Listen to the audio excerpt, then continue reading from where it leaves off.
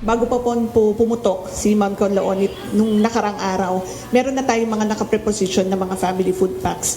So kung kakailanganin ng karagdagang augmentation support ng mga local government units, madali po tayong makakapagpahatid. May sapat na family food packs para sa mga taga-Canlaon.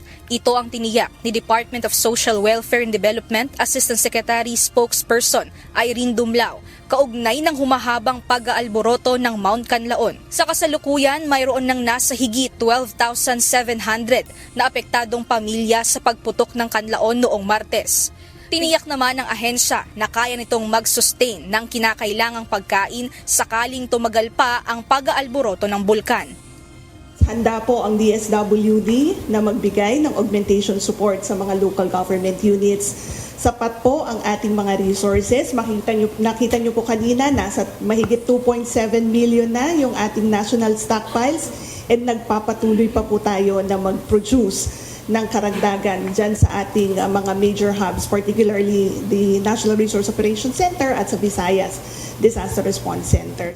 Sa kasalukuyan, mayroon ng 152,546 family food packs at 22,846 naman na mga non-food items, gaya ng mga hygiene kits, kitchen kits at family kits na naka-standby sa Negros Island region.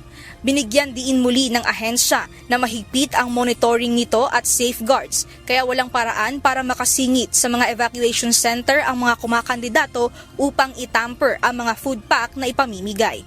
Yung pong food packs ng DSWD, naglalaman po iyan ng 6 kilograms na rice, meron po iyang 4 na delata, meron po sa 4 na delata meron kang corned beef, meron kang tuna flakes in oil, and meron din pong sardinas.